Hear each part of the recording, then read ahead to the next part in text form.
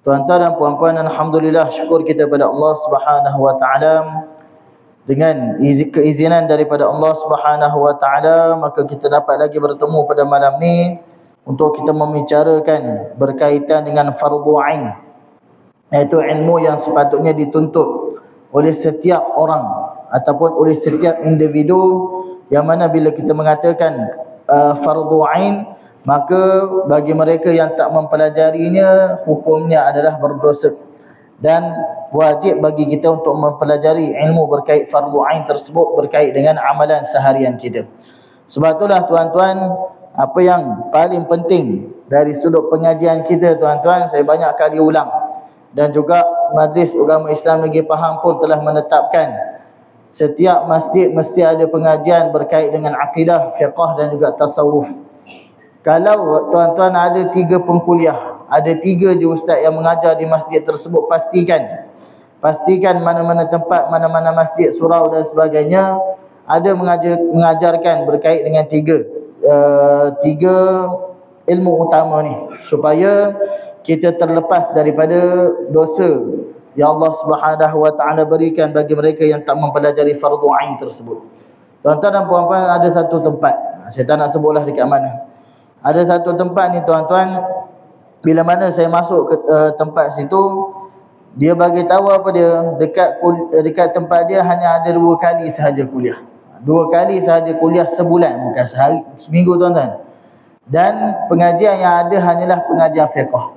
Jadi nak tak nak, untuk memenuhi tuntutan fardu, saya buat di sana setiap minggu, dan saya buka 2 kitab di sana. Yang pertama, saya buka kitab Aqidah Ummul Barahin, yang mana saya ada baca juga di beberapa tempat, Imam As-Sanusi rahimahullah ta'ala. Kemudian yang kedua, saya buka kitab Tasawuf, iaitu Imam Al-Ghazali rahimahullah ta'ala, supaya ada tiga ilmu tersebut diajarkan di tempat-tempat pengajian di seluruh negeri Pahang. Sebab itulah tuan-tuan, ini adalah perkara asas yang mana kita nak bincangkan berkait dengan kehidupan seharian kita. Kalau ilmu-ilmu yang lain tak ada tuan-tuan, dia tak jadi fardu. Kalau ilmu apa lagi tuan-tuan? Tuan-tuan nak cerita berkait dengan sirah, berkait dengan tafsir, berkait dengan hadis, bahasa Arab, mantik, nahwu dan sebagainya, tuan-tuan tak ada, tak apa. Tuan-tuan pun saya rasa ada kelas bahasa Arab, kalau ada tu baguslah tuan-tuan.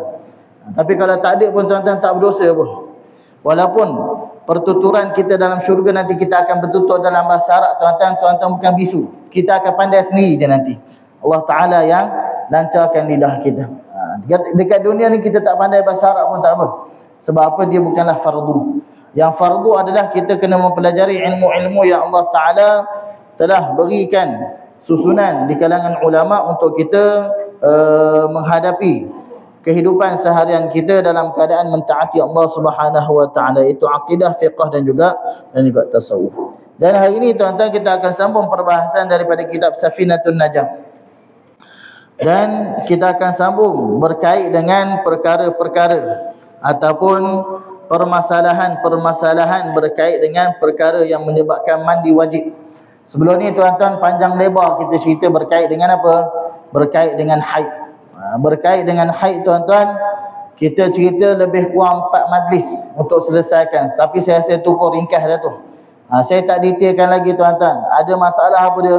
Darah hitam merah, darah hitam merah, hitam merah, hitam merah. Berapa kali kita nak kira dia suci, berapa kali nak kira dia haid. Itu masalah yang lain, yang hanya disebutkan dalam kitab-kitab mutawwalat, kitab-kitab yang lebih panjang. Yang saya sebut pada tuan-tuan tu adalah basic sahaja. Cuma saya terlupa tuan-tuan. Saya terlupa nak beri ringkasan tersebut pada salah seorang yang JK di sini nanti. Tuan-tuan lepas ni kena ingatkan saya lah. Dia ada ringkasan tersebut. Dah ada dah dalam satu gambar sahaja untuk kita dapat gambaran macam mana permasalahan berkaitan dengan darah tersebut. Cuma kalau ada masalah yang lain, tuan-tuan kena rujuk asatizah lah, barulah kita akan dapat gambaran ataupun dapat jawapan yang sebenar. Kemudian yang seterusnya dalam kitab Safinatun Najah, selepas berkait dengan haid, ia membincangkan berkait dengan nifas. Qala al-musannif rahimahullahu ta'ala wa nafa'ana bi'ulumihi wa ulumikum fid darain amin. Wan nifasu huwa lughatan wiladatul mar'ah.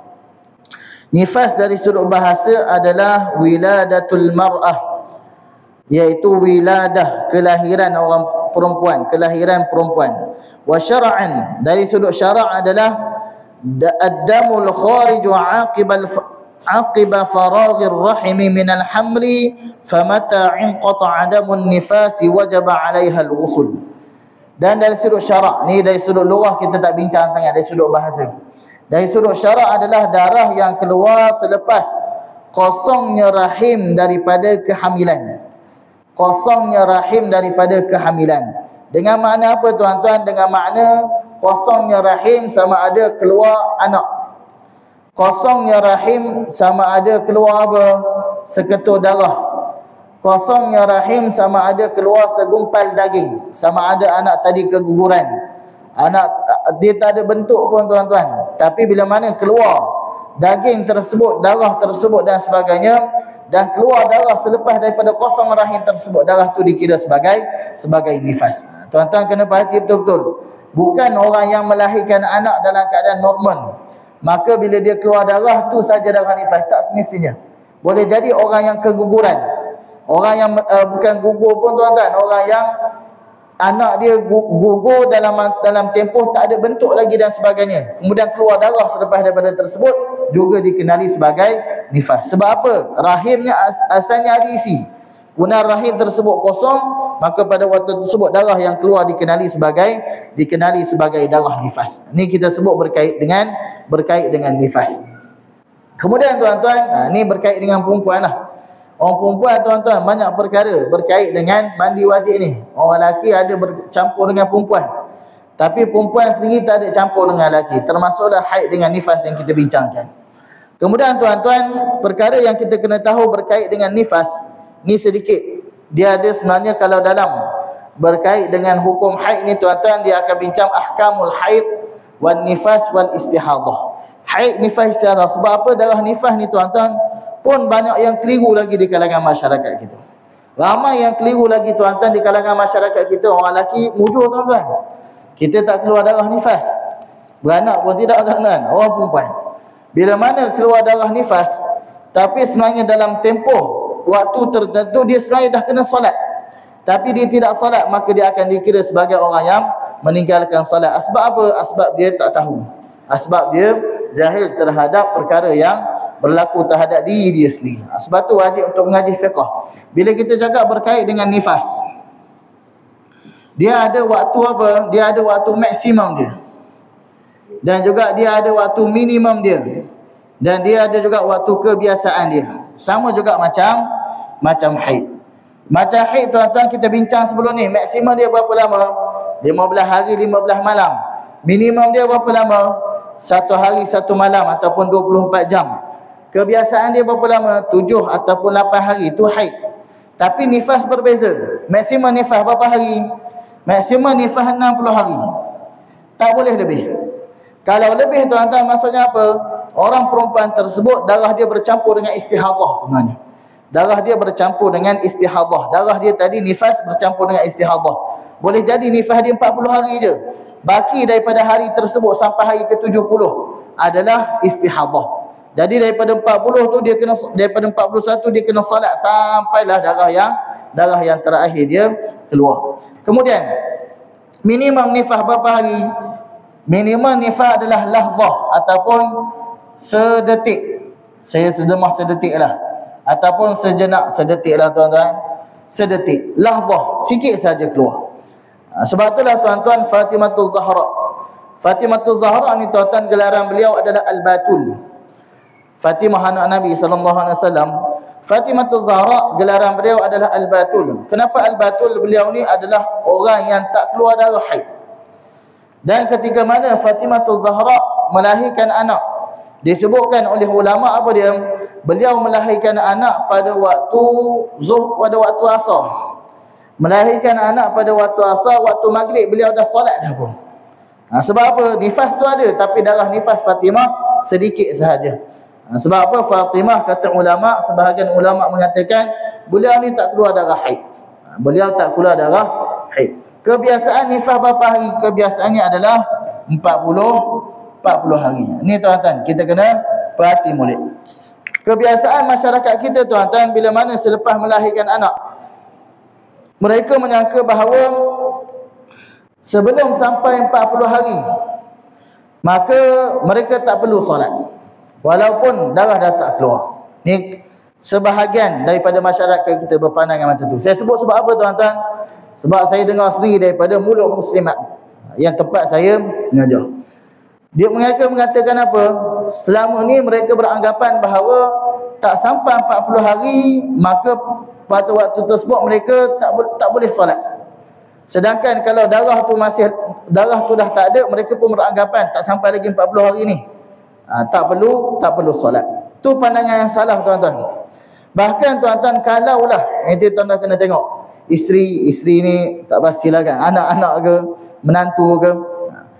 Kalau tuan-tuan kena tengok, kalau anak tu nanti dikatakan apa dia, darah dia keluar, darah nifas keluar selepas melahirkan anak, darah tersebut keluar dan pada waktu tersebut darah tu keluar berapa hari? 10 hari. Maka 10 hari itulah nifas. Kalau darah tak keluar selepas daripada tu, tak dikira nifas, dia kena wajib untuk solat. Dia wajib mandi dan juga dia wajib untuk solat walaupun darah dia keluar 10 hari sahaja. Ustaz, anak saya darah dia keluar 5 hari saja. Jadi selepas daripada 5 hari tersebut wajib bagi dia untuk solat. Dia ada kiraan tuan-tuan. Dia macam ni. Saya ambil kiraan sikit tuan-tuan, macam matematik. Dia macam berkait dengan haid juga. Baik, kita tengok satu masalah berkait dengan nifas. Saya ambil satu je lah, sebab nifas ni dia dibincangkan. Cumanya dia bukanlah setiap bulan. Tak ada orang beranak tiap bulan tuan-tuan. Tapinya perkara ni dibincangkan sebab apa?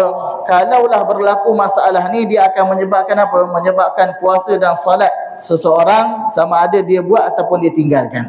Contoh tuan-tuan, orang perempuan dia melahirkan anak pada 1 hari bulan. Kemudian 1 hari bulan ni kira-kira nifas dia keluar. Kemudian tuan-tuan, nifas dia berhenti pada 5 hari bulan. Ni darah, kita tak kira nifas lagi. Jangan hukum sebagai nifas. Kalau tuan-tuan nak tanya soalan pada ustaz dan sebagainya, tuan-tuan jangan hukumkan, ustaz, isteri saya keluar nifas 1 hari bulan. Jangan hukumkan nifas terus. Sebab apa? Cakap darah keluar, darah berhenti. Darah keluar, darah berhenti. Yang hukumkan darah tu nanti adalah orang yang tuan-tuan tanya tu nanti. Sebab apa? Boleh jadi darah tersebut bukannya darah nifas, dan boleh jadi darah tersebut adalah darah istihadah dan sebagainya.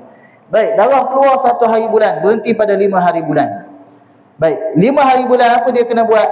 Dia kena mandi, dia kena salat. Sebab apa? Darah dah berhenti.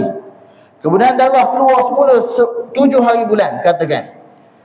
Darah keluar semula 7 hari bulan. Darah benda ni tuan-tuan. 1 sampai 5 tadi darah dah berhenti dah. 6 darah tak keluar, kena salat lah. 7 hari bulan darah keluar semula. Ni darah apa tuan-tuan? Darah istihadah ke? Tuan-tuan kena tahu juga cara kiraan dia ni. Boleh jadi masalah ni sebenarnya berlaku pada orang perempuan, tapi dia malu nak tanya. Dia malu nak tanya tuan-tuan. Orang perempuan ni banyak benda malunya. Jadi 1 hingga 5 ni darah keluar. 6, 5 berhenti, 6 tak keluar, 7 keluar semula. Tuan-tuan, dalam tempoh 60 hari, selagi mana tak lebih tempoh 15 hari, maka darah tersebut masih lagi dikira sebagai nifas. Maksudnya apa tuan-tuan? 5 hari bulan, ni pendapat muktamad dalam mazhab Syafi'i, ni dikira sebagai nifas lagi. Ni tuan-tuan belajar matematik semula ni.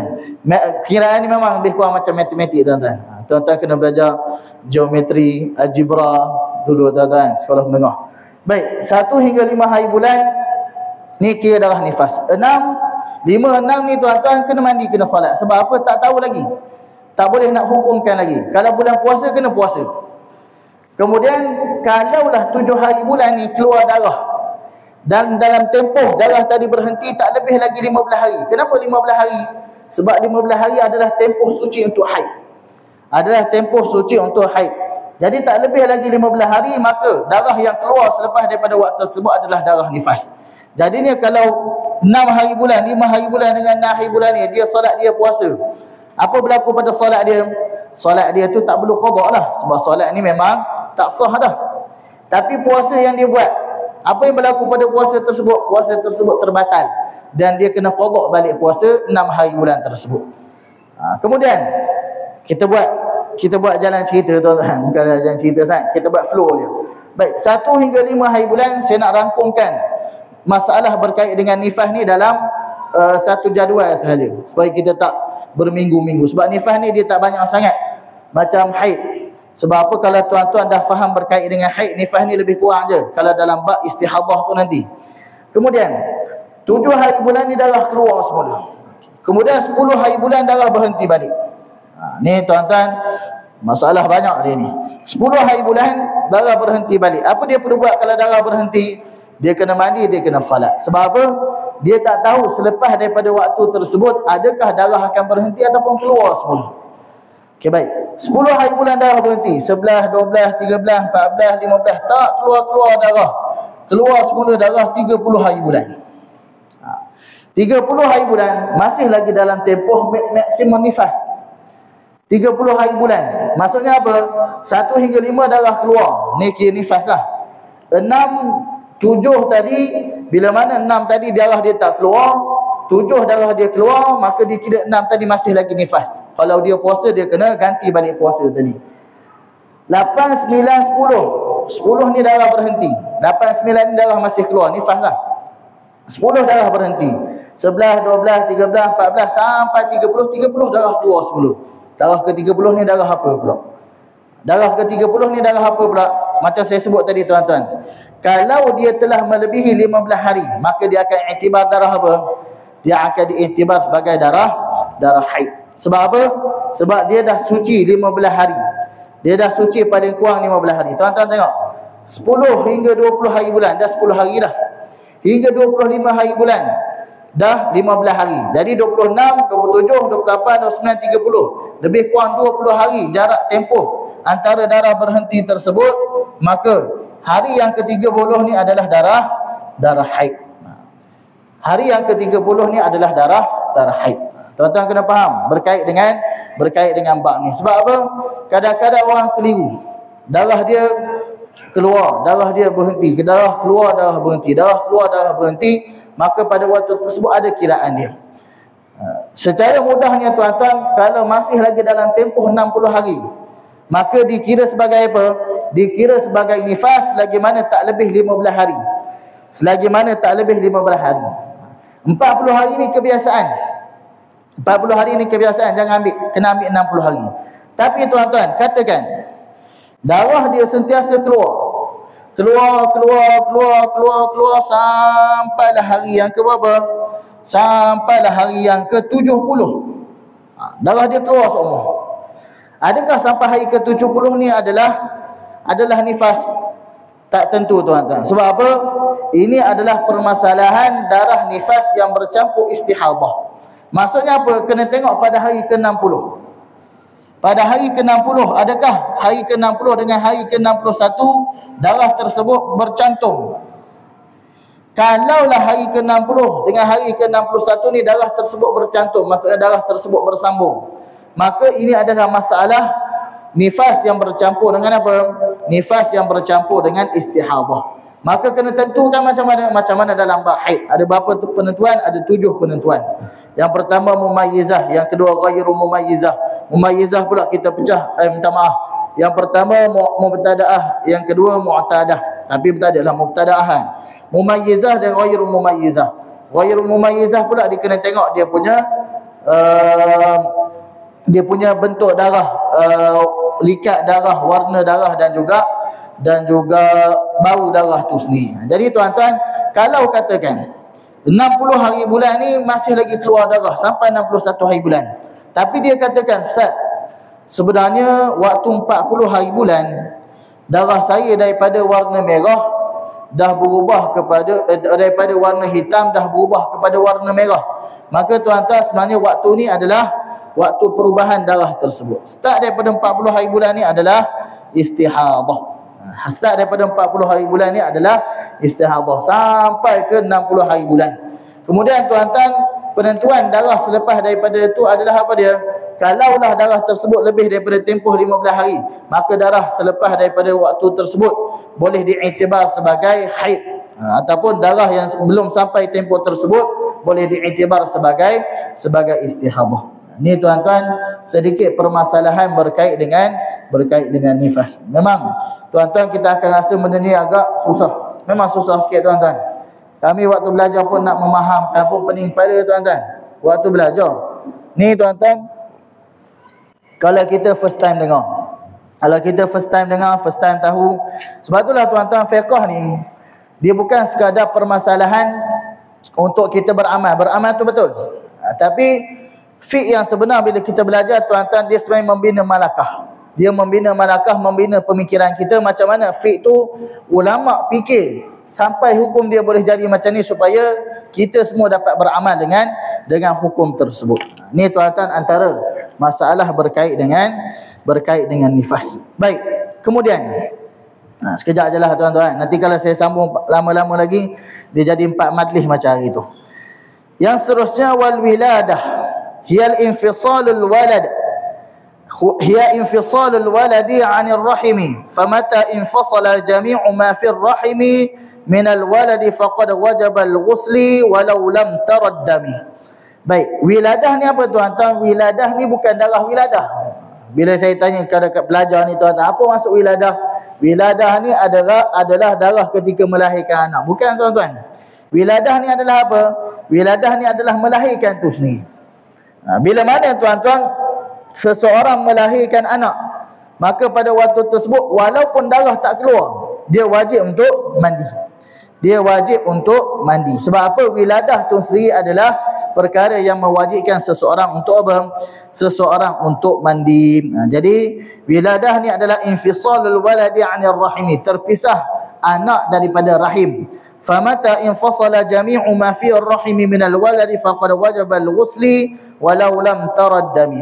Jadi tuan-tuan, dia sebut dekat sini bila mana terpisah keseluruhan anak tersebut daripada rahim, maka wajib ke atas perempuan tersebut untuk mandi walau lam taraddam, walaupun tak nampak darah. Walaupun tak nampak darah. Dia melahirkan anak, termasuklah apa tuan-tuan, melahirkan anak menggunakan apa?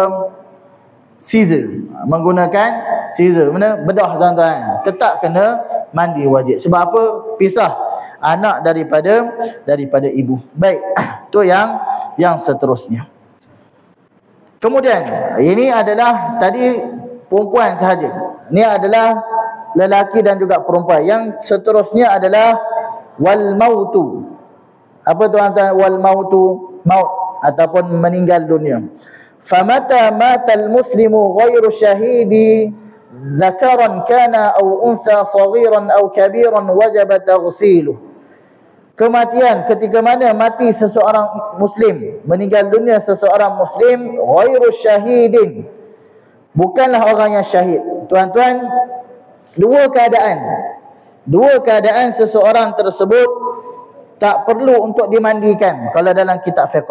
Dua keadaan seseorang tersebut tak perlu untuk dimandikan adalah yang pertama, ketika mana syahid akhirat, iaitu meninggal dunia ketika mana di medan peperangan.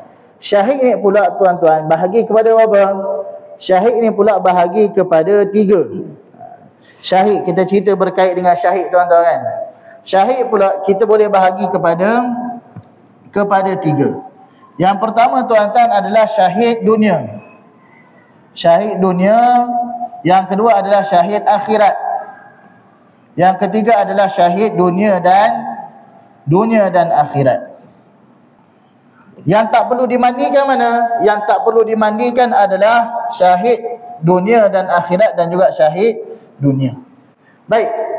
Kita tengok dekat sini tuan-tuan, apa beza antara syahid dunia, syahid akhirat dan syahid dunia dan akhirat. Syahid dunia ni tuan-tuan adalah orang yang meninggal dunia dalam peperangan. Orang yang meninggal dunia dalam peperangan, tetapi meninggal dunia dia tadi adalah disebabkan apa? Dia menyertai peperangan untuk orang menyatakan dia ni adalah orang alim. Dia ni adalah orang yang berani. Dia ni adalah hero. Maka syahid dia hanyalah di dunia sahaja. Di akhirat Allah takkan iktibar dia sebagai orang yang syahid. Ni tuan-tuan, kita cakap benda yang besar ni, syahid. Dekat dunia sahaja orang akan apa? Orang akan tak mandikan dia dan sebagainya. Sebab apa tuan-tuan, orang syahid ni kita kebumikan terus bersama dengan darah-darahnya. Tapi bila sampai di akhirat, Allah takkan iktibar dia sebagai orang yang syahid. Sebab apa? Sebab dia berperang semata-mata nak dapatkan kemahsyuran dan sebagainya. Sebab itulah tuan-tuan, bila kita nak ambil iktibar daripada apa yang kita sebutkan tadi, apa-apa perlakuan kita dekat atas muka bumi ni tuan-tuan, tak kira sama ada perkara tersebut untuk dapatkan kemahsyuran, supaya kita dikenali orang, ataupun sebagai orang gelar kita ni orang baik dan sebagainya. Kalaulah niat kita untuk hanya mendapatkan gelaran, kalaulah apa yang kita buat hanya untuk mendapatkan apa? Kemahsyuran, orang panggil kita orang baik dan sebagainya, maka tuan-tuan, semuanya hanyalah sia-sia sahaja. Allah takkan hitung sebagai amalan kebaikan walaupun orang kat dunia nampak kita sebagai orang yang baik.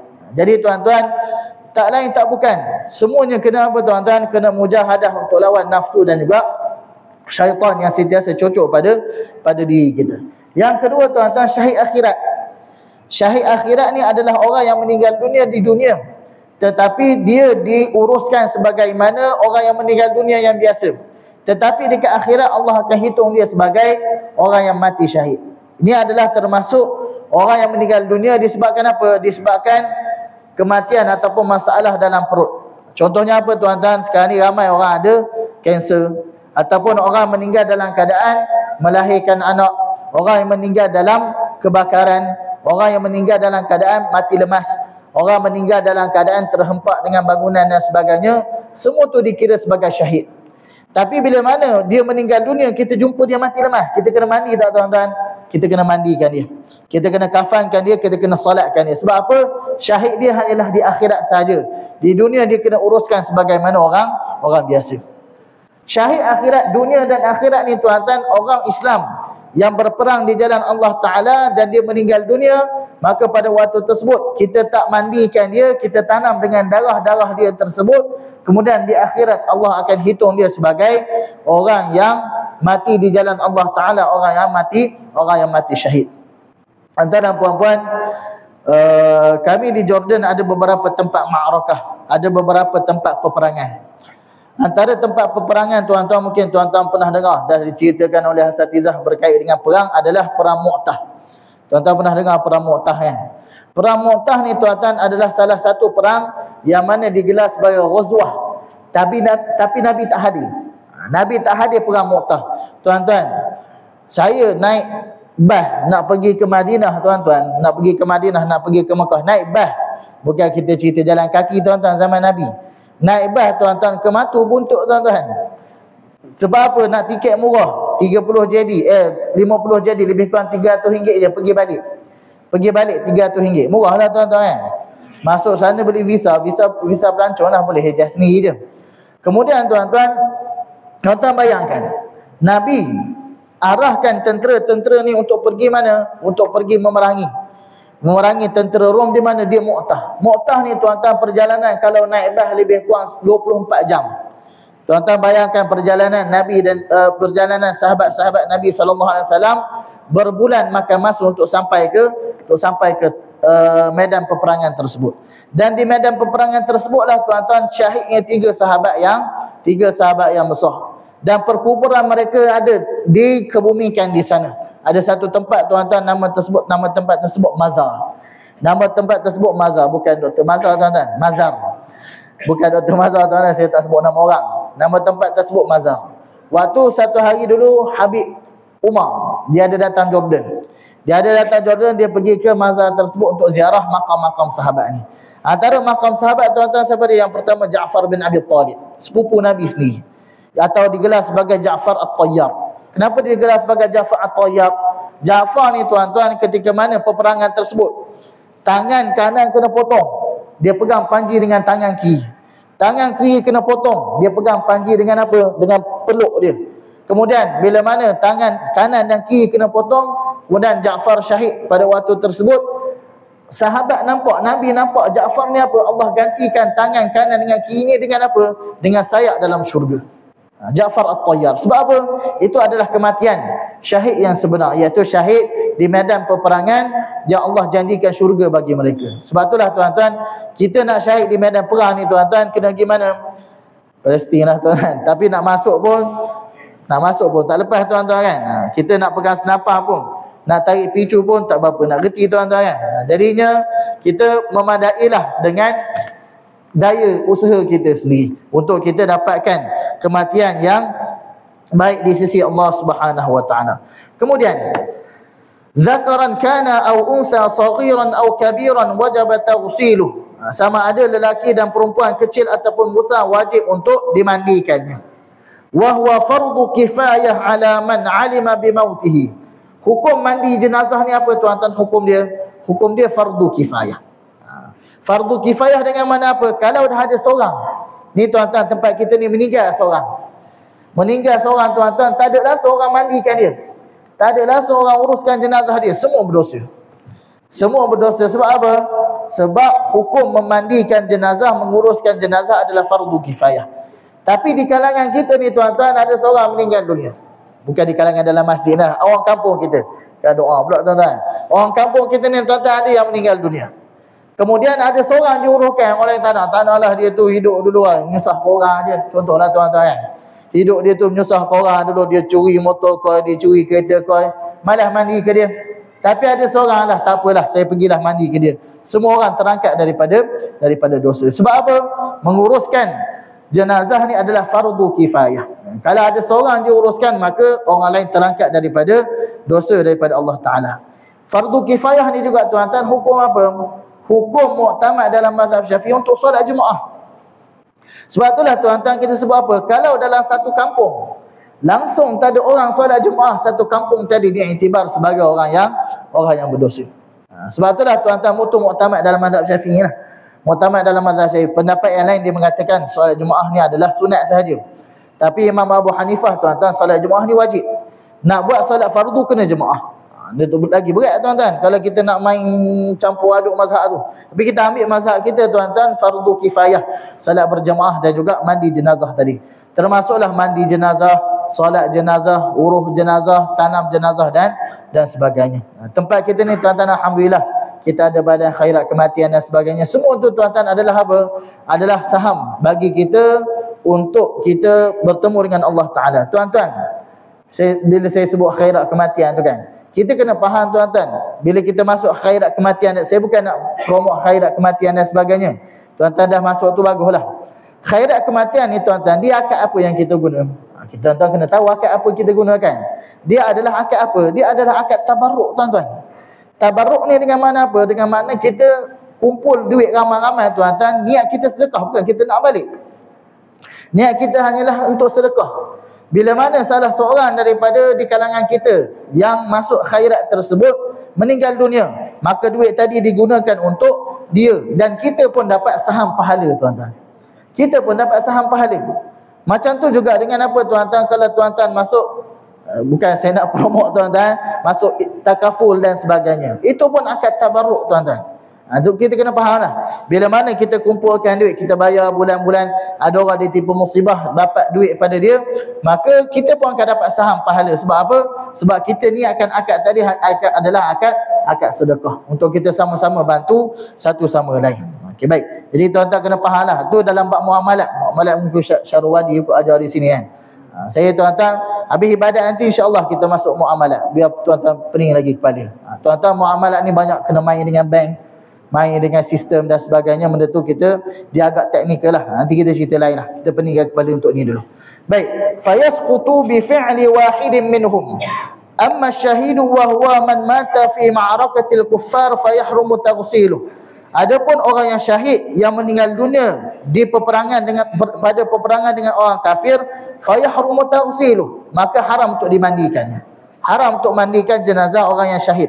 Wa sayati fil janazatil anwa'i syuhada wa ahkamuhum, dan kita akan sampai nanti tuan-tuan dalam bab mandi jenazah dan juga hukum-hukum memandikan jenazah untuk jenazah yang syahid. Baik, ni tuan-tuan adalah perkara yang mewajibkan mandi wajib. Sebagaimana yang kita telah sebut sebelum ni tuan-tuan, mujibatul ghusl ada 6 perkara. 3 bercampur lelaki dengan perempuan.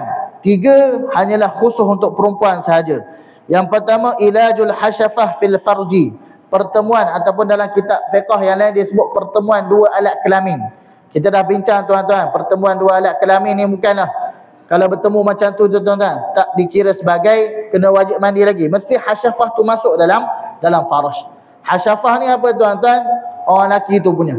Orang lelaki tu punya kepala tu punya. Kalau dah masuk maka dikira. Kalau tak keluar mani sekalipun, dua-dua kena mandi wajib.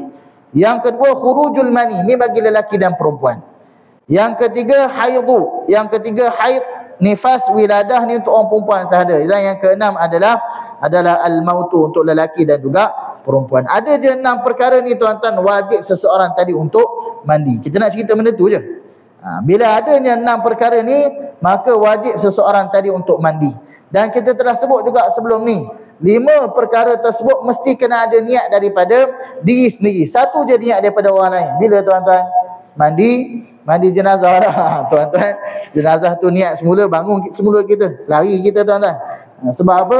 Jenazah tu orang yang mandikan dia adalah sebagai wakil, ganti kepada dia untuk niat mandi jenazah. Tapi mandi jenazah juga adalah mandi wajib. Wajib untuk kita mandikan dia. Kemudian fasal furudul ghusli ithnani. Fardu mandi ada 2 perkara. Dalam sebahagian kitab tuan-tuan dia sebut ada 3 perkara. Yang pertama an-niyah. Yang pertama adalah niat. Yang kedua ta'mimu al-badan.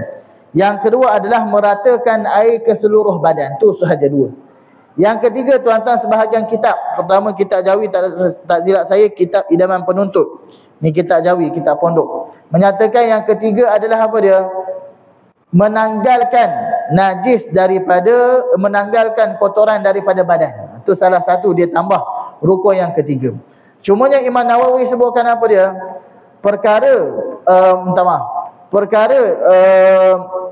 Menanggalkan daripada kotoran, basuhan daripada kotoran tersebut bukanlah rukun. Sebab apa? Selagi mana kalau kita mandi tu kita tanggal kotoran, maka pada waktu tersebut terangkat sekali. Kotoran dan juga mandi wajib terangkat sekali. Maka mu'tamad dalam mazhab Syafi'i hanya ada 2 sahaja, iaitu yang pertama niat, yang kedua adalah meratakan air ke seluruh badan. Niat bila tuan-tuan? Bila kita nak niat mandi wajib? Niat ni tuan-tuan apa maksud niat? Fi'lu syai'in muqtarinan qasdu syai'in muqtarinan bi fi'li. Qasdu syai' muqtarinan bi fi'li, iaitu qasad untuk melakukan sesuatu, tujuan untuk melakukan sesuatu selari dengan perbuatan. Tujuan untuk melakukan sesuatu selari dengan perbuatan. Sebab itulah tuan-tuan, bila kita sebut niat, ni niat dalam fiqh tuan-tuan, bukan niat innamal a'malu biniat dan sebagainya. Ni niat dalam fiqh. Maksudnya apa tuan-tuan? Dalam mazhab Syafi'i, untuk kita ambil wuduk, bila kita kena niat, sebelum ni kita bincang, kita kena niat bila mana air pertama mengenai basuhan wajib yang pertama, iaitu muka. Tak kira lah tuan-tuan basuh muka, pipi dulu ke, waktu tu kena ada niat. Ataupun tuan-tuan basuh muka, tuan-tuan basuh bawah dulu, waktu tu kena niat. Sebab apa tuan-tuan? Niat ni berbeza dengan azam dalam fiqh. Azam ni apa? Esok kalau nak bangun tahajud lah. Azam kita daripada tahun lepas tak pernah buat. Contohlah tuan-tuan, saya lah. Esok kau nak bangun tahajud lah. Tu azam, belum niat lagi. Niat bila mana? Kita angkat takbir, kita masukkan niat solat tahajud kerana Allah Ta'ala. Itu adalah niat dalam mazhab Syafi'i. Cuma kita sebut juga dia sebagai niat sebab apa? Sebab dapat ganjaran pahala. Kita berazam untuk melakukan perbuatan yang baik akan dapat ganjaran pahala. Kita sebut juga sebagai niat. Cuma secara teknikal kita bincang dalam fiqh, niat ni adalah satu perbuatan, satu qasad yang mana menyamai dengan perbuatan tersebut. Kalau kita cakap berkait dengan mandi wajib, bila kita kena niat? Bila mana air pertama terkena pada basuhan. Tak kira lah tuan-tuan nak basuh mana dulu. Tuan-tuan nak basuh, nanti kita akan sebutlah basuhan-basuhan sunat dulu kan. Tuan-tuan nak basuh mana? Basuh kemaluan dulu. Maka pada waktu tersebut niat mandi wajib pada waktu tersebut. Ataupun basuh kepala dulu. Nak niat mandi wajib ketika basuh kepala. Ataupun basuh badan dulu. Niat waktu basuh badan. Adapun tuan-tuan, kalaulah kita basuh kepala, kita lupa nak niat, tengah kita basuh badan baru kita niat, adakah basuhan kepala tadi dikira? Dia tak dikira. Basuhan kepala tadi tak dikira, kena basuh sekali lagi. Sebab apa? Kita mula niat tadi ketika mana kita basuh badan. Dan tuan-tuan, insya-Allah detail berkait dengan perkara tersebut kita akan bincang pada pertemuan yang akan datang nanti, insya-Allah. Saya rasa cukup sekadar tu. Kalau ada tuan-tuan ada masalah, insya-Allah kita boleh bincang nanti ya. Aqulu qawli hadza wa astaghfirullahal azim li wa lakum. Assalamualaikum warahmatullahi wabarakatuh. Wal 'asri innal